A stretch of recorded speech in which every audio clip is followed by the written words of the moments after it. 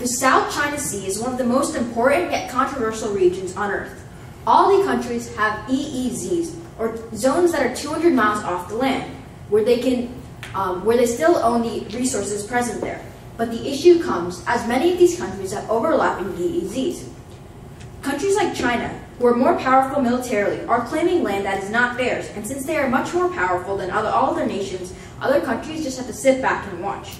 Senators, I stand in the firmest affirmation of the bill to lift the arms embargo on Vietnam, as China is only getting more aggressive. Conflict in the South China Sea presents a risk even to the United States, and Vietnam has the power to deter China if we pass this bill.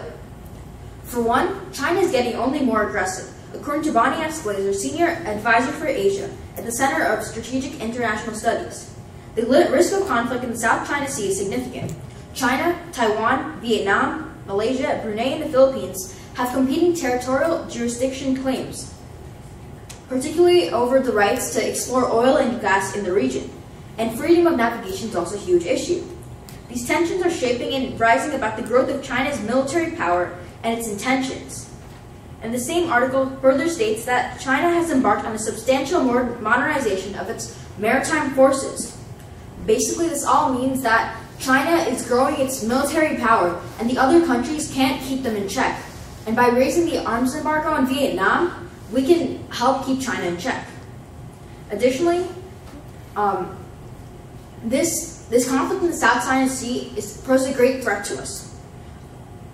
According to the CFR, given the growing importance of the U.S.-China relationship and the Asia-Pacific region more generally to the global economy, the U.S. has a major interest in preventing one of the various disputes in the South China Sea from escalating militarily.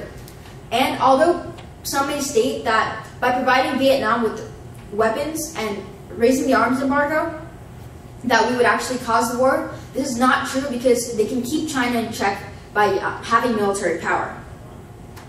Lastly, the U.S. can deter it. According to the CFR, the U.S. could boost the maritime surveillance capabilities of Vietnam, enabling its military to more effectively pursue anti-access and area denial strategy. By providing Vietnam with power, we can keep China in check.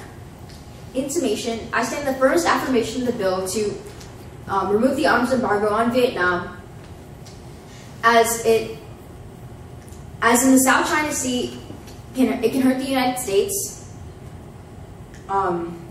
China is only getting more aggressive, and Vietnam has the power to deter China. Thank you, and I'm now with the question. That's 2 minutes, 49 seconds. Questions? Senator, wouldn't this kind of action might provoke China? Since we are dependent on China, we need China for issues such as nuclear proliferation and other such debates. So are we sure that we want to provoke China in this way?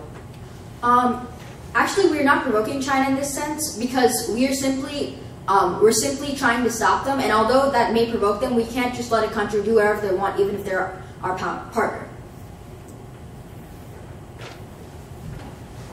By the U.S. giving military weapons to Vietnam, wouldn't you think that that would cause a misunderstanding for the U.S. to be involved in this conflict too? The United States is not the only supplier for Vietnam. It still relies on many other nations such as Russia, Japan, and India. And since it relies on a variety of nations, it's not like the U.S. is only supporting one country in the conflict. It's diversifying and so not trying to take a side. It's just trying to stop the conflict.